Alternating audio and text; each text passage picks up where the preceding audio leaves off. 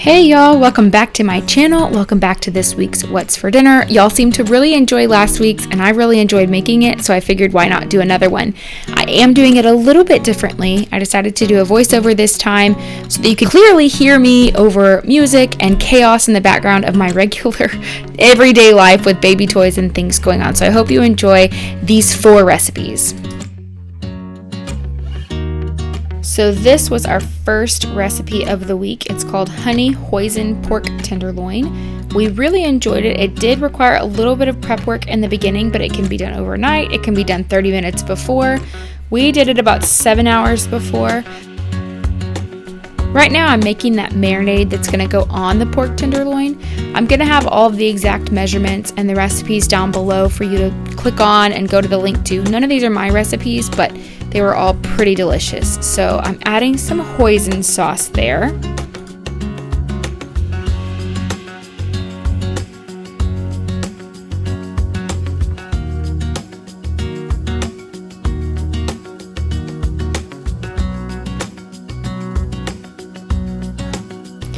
And then I'm adding in some low sodium soy sauce.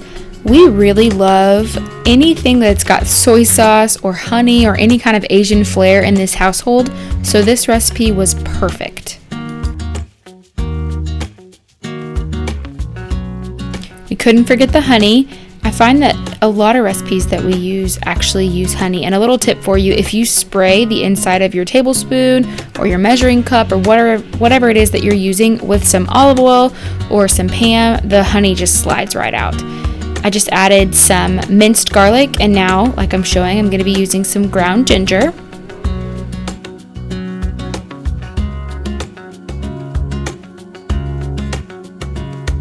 I've actually become pretty brave when it comes to cooking lately.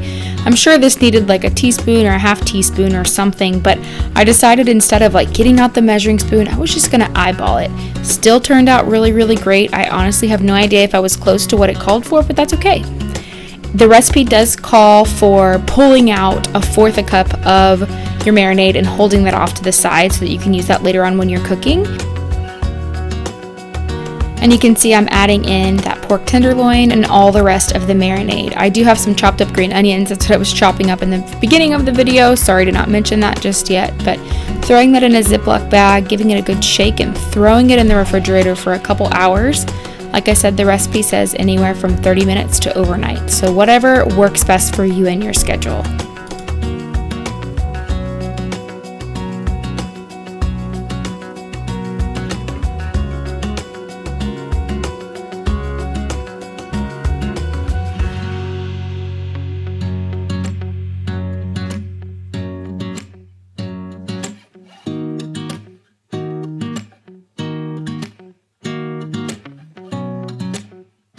Okay, so here's where the really fun part comes in. I really felt like a real chef. I actually pulled out my cast iron skillet to go into the oven. I used carrots for this recipe. I also think that Brussels sprouts with this would be really, really good, but my husband loves carrots. I'm learning to love carrots, and it's what the recipe specifically called for. So I grabbed some carrots, chopped those up, and you'll see what we're gonna do with those in just a second.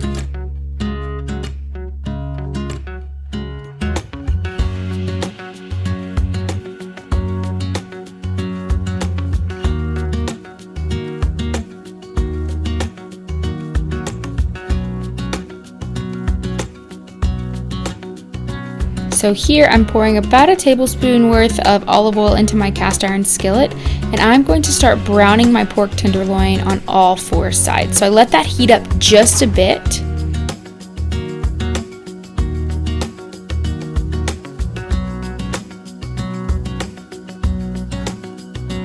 And then I am adding in my pork tenderloin with all the marinade and the green onions, and I'm gonna let this go for about 1 to 2 minutes on each side. As you can see, I'm flipping it, and I flipped it about 3 more times, just so each side had a little bit of browning on it. Crust? I don't know what you would call it, but each side was browned a bit.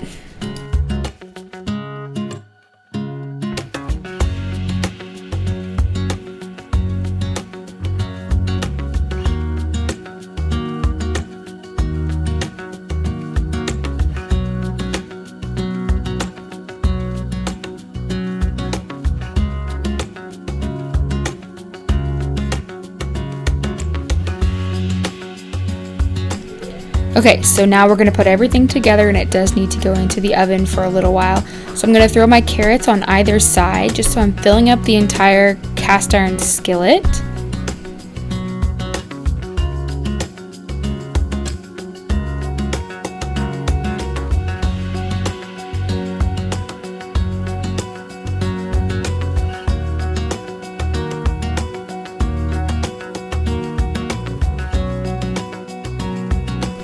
Then I'm going to drizzle with some olive oil, give it some salt and pepper, and then coat it a little bit and mix things around so that they're all coated in oil, salt, and pepper.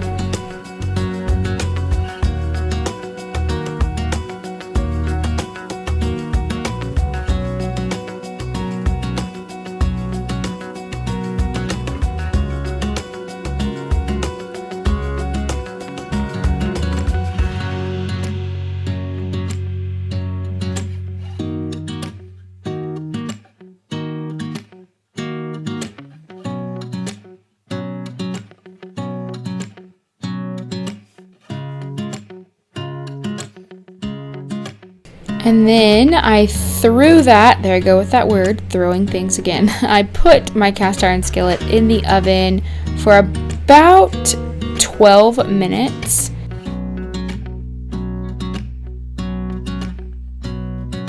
And then once that 12 minutes has gone by, I'm going to pull out my pork tenderloin and carrots, pour over the last of that marinade, and then put it back in the oven for another 8 to 13 minutes until my pork is at 145 internally. And then it's ready to go.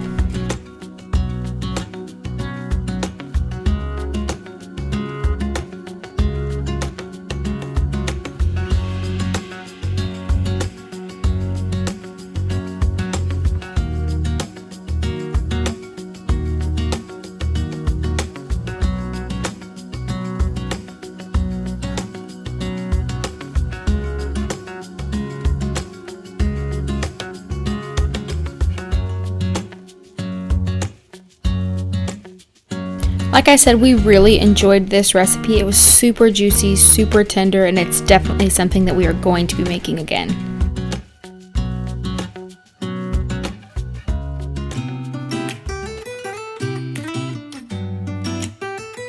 Next up was probably our favorite meal that we had this week, caramelized onion turkey burgers. Oh my gosh, they were so good that I forgot to do like a last shot just so you could see exactly what it looked like, but just know that I will definitely be making this again because it was a hit.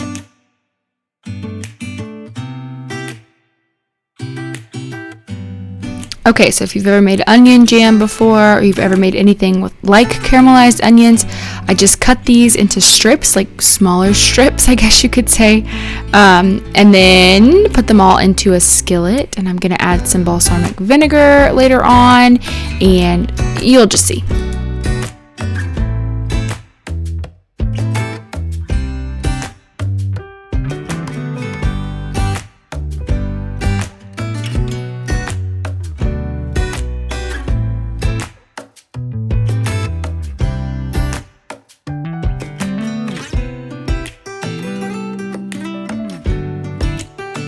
So that is a half a cup of balsamic vinegar. Fun fact, I'm actually allergic to vinegar, but this was so worth it. Don't worry, nothing really happens except I get a little bit of a rash on my face. So I'm going to, or I did, pour half a cup of vinegar into my pan and cover it. And then I let it kind of simmer and cook down for about 20 minutes with the lid on. I am stirring it occasionally. While that's going, I start with my actual turkey burgers. This is 99% ground lean turkey. That's the only type I really buy. I'm not a huge ground turkey fan, but if I'm gonna buy it, I'm gonna buy the leanest I can find.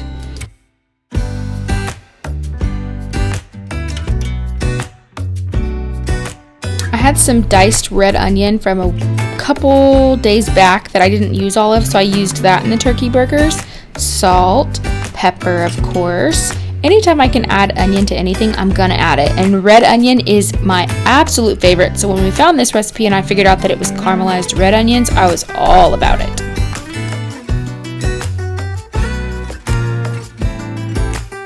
You gotta add some minced garlic to it. Again, I love garlic, so I'm gonna add it to any recipe that I can. But so there's about 2 teaspoons of garlic, which is actually 4 cloves of garlic.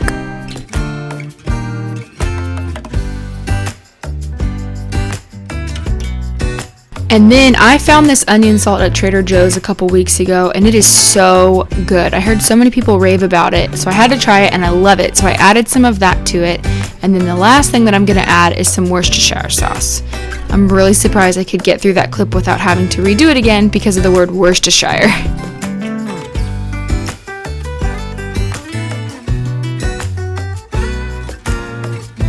This was my least favorite part of the recipe. Sticking my hands in there and making sure everything was gushed together. That's a terrible word, but you know what I mean. Okay, so this is the one part of the recipe that was not in the recipe card and also isn't so healthy, but I did add some butter to the bottom of our cast iron skillet just to prevent anything from sticking. It gave a really nice flavor and the boys actually loved it, so this recipe actually makes 8 burgers, but I halved it because we didn't need 8 burgers, but kind of kicking myself because we should have made the 8 burgers for leftovers.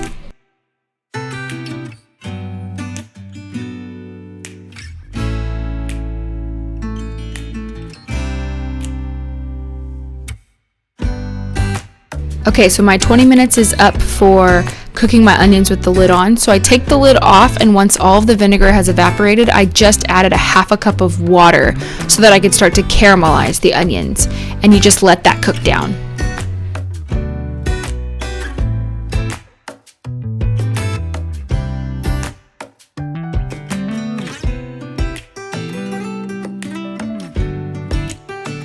So like I said, unfortunately, it was so delicious and we were so ready to eat that I forgot to take a picture of it, but just know it was amazing.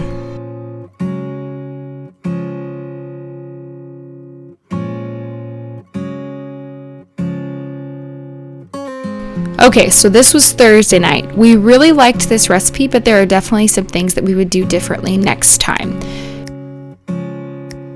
To start, I'm going ahead and slicing my chicken so it's not quite so thick, and then I'm going to slice it into strips because we're going to be putting this on skewers in just a second.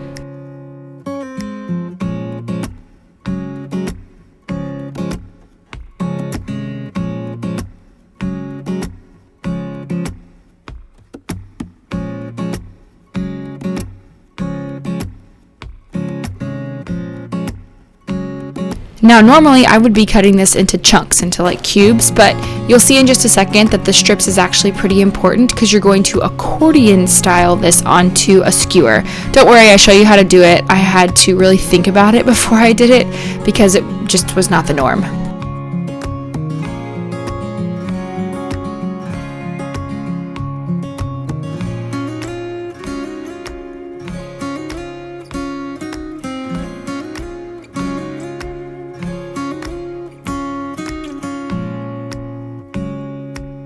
Here I'm making the paste that's going to go on top, so I'm using tomato paste.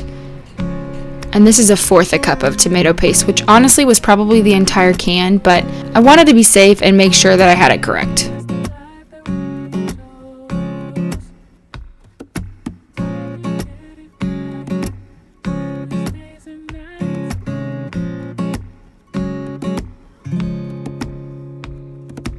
And then I'm adding, again, more honey chipotle. Of course, you know, I should have probably have known that was coming, but some more honey. That, again, is 1/4 cup of honey.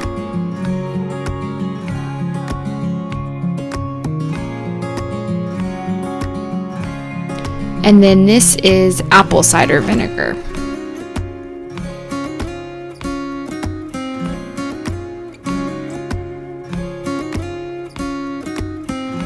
Now the recipe called for chipotle chili powder, but I couldn't find that in any of the stores, and honestly I don't know if there's a difference between chipotle chili powder and regular chili powder. So if there is, let me know down in the comments so I can continue to look for it, because several recipes lately have been asking for chipotle chili powder. As you saw, I added about a clove of minced garlic, and then I'm just mixing it all together until it's combined.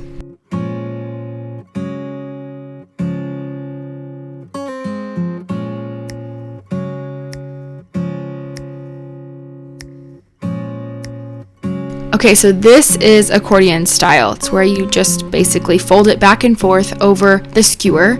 And then I was also adding bell peppers and pineapples to this in between the chicken just to give a little bit of variety. The best part of this was definitely the pineapples. The paste and the pineapples worked perfectly together, and after they were grilled, it was everybody's favorite part.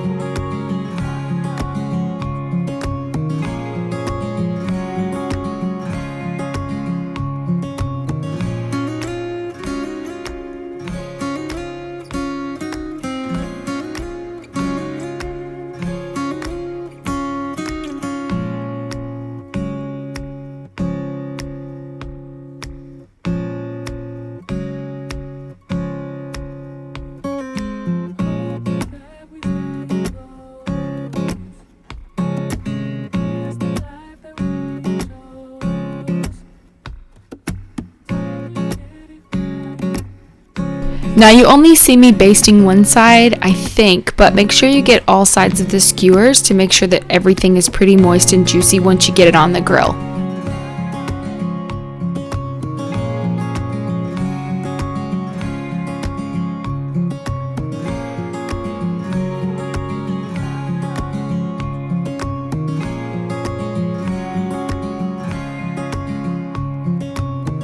So then these went off to the grill, and this is how they came out. Next time, I don't know if we would skewer it. It was really good, but a little bit dry.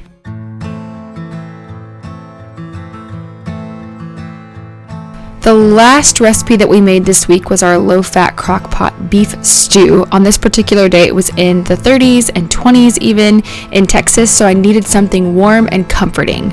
I liked this recipe, however, I made a beef stew a couple weeks ago that I felt was a little bit better. This was more like soup to me, not really stew. There was a lot of broth, and to me, beef stew just means comfort food, means like thicker sauce, more of a gravy-like consistency. This was just different, but it still had a really good flavor. So I'm starting by peeling and chopping all of my veggies. So I've got potatoes, obviously, I've got carrots, I have a red bell pepper. Now this is my favorite cutting board. We have a couple of them, but this is perfect for exactly the reason you're seeing here. I can easily go in, peel, cut off the parts that I don't want, put it into one of my drawers, and then that drawer can be taken out and thrown away.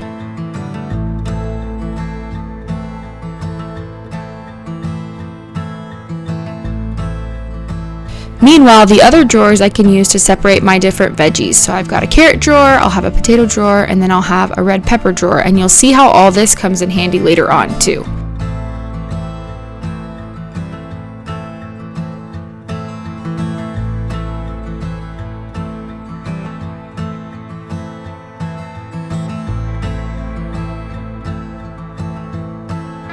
More about my amazing cutting board. I've also used it for charcuterie boards and put cheeses in the bottom and meats on top, and meats in the bottom and cheeses and grapes on top. It's just a really cool cutting board. I'll link it down below in my Amazon links part of my description. You can go to that link and order the exact one that I have. It's been so awesome and helped us in so many different recipes lately.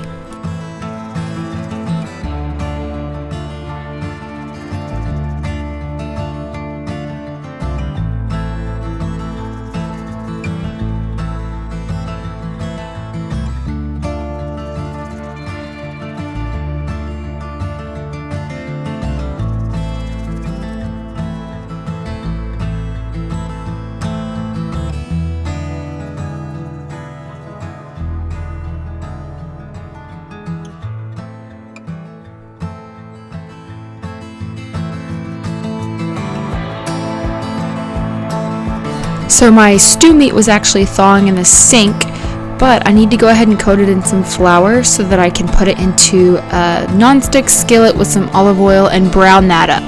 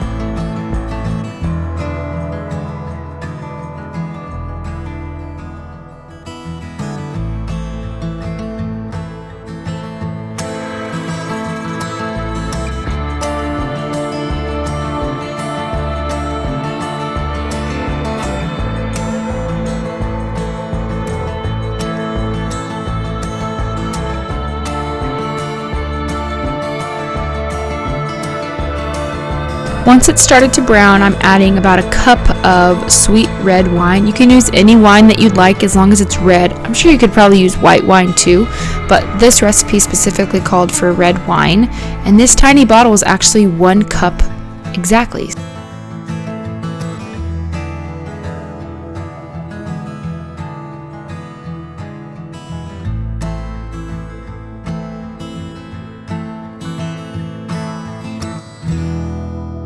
Now, while my red wine and my stew meat are thickening up and making a sauce, I'm going to start chopping up a white onion to go into the recipe as well. As you can see up in the top left corner, there's my sister. I didn't realize you could see that.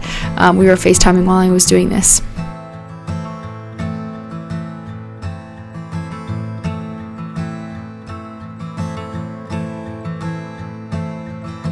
Now I'm going to start to assemble the stew by throwing quite literally everything into this crock pot, starting with my onion. And then I'm using the drawers of my amazing cutting board to throw in my potato, my carrots, and my red bell pepper.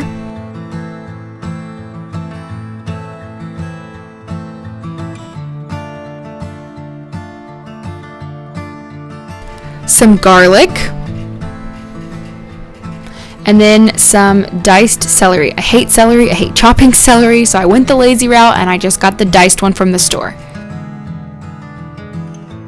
It also called for 2 bay leaves. Make sure to take these out before you eat the stew, they're not so great to eat. And then I needed 2 cups of beef broth. Again, I was really brave here. I didn't actually measure it out, I just went based on about half of the carton. You can see I pull it up and I'm like, oh, maybe a little bit more. So 2 cups of beef broth. You can use low sodium if you've got that. Next comes my stew meat with my red wine sauce. Again, I wish this was just a little bit thicker.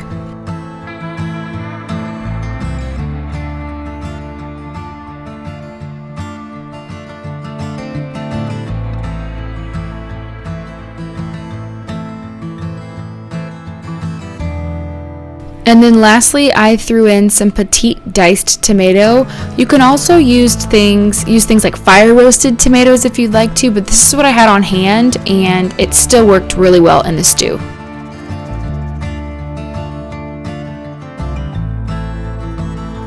And then lastly, I just gave it a good stir. I put it on low for 8 hours and I stirred it every hour and a half or so, and that was it. So thank you guys so much for watching this video and for joining us for this What's for Dinner.